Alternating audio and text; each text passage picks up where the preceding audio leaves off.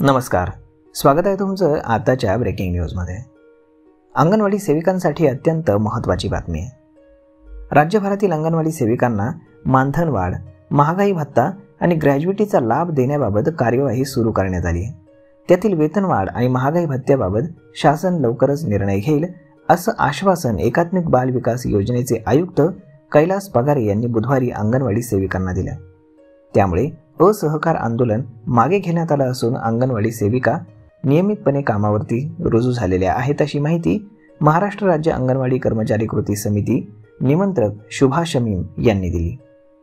मानधन वाढ, महागाई भत्ता आणि ग्रॅज्युइटी या मागण्यांसाठी अंगणवाडी सेविकांकडून मागच्या 1 महिन्यापासून असहकार आंदोलन करण्यात येत होतं।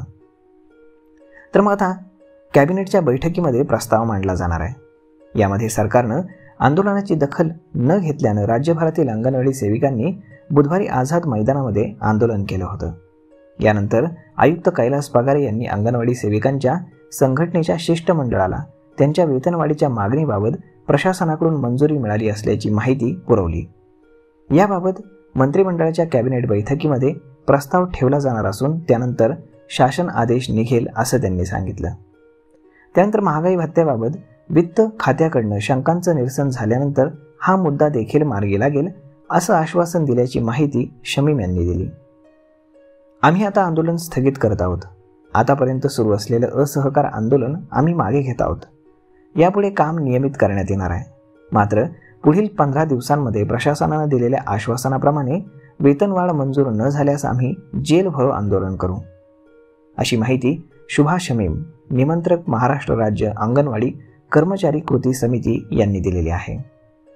त्यामुळे अंगणवाडी सेविकांना आता न्याय कधी मिळणार हे पाहणं जास्त गरजेचं आहे। परंतु आता मात्र यावेळेस जास्तच दखल घेतली गेली असल्यामुळे ही मानधन वाढ आता अटळ आहे असं समजलं जात आहे। यावरती आपलं मत काय हे तुम्ही आम्हाला कमेंट करून नक्कीच सांगा। आणि जर आवडला असेल हा व्हिडिओ तर आपल्या जवळच्या मित्रमंडळींसोबत शेअर करायला विसरू नका। धन्यवाद।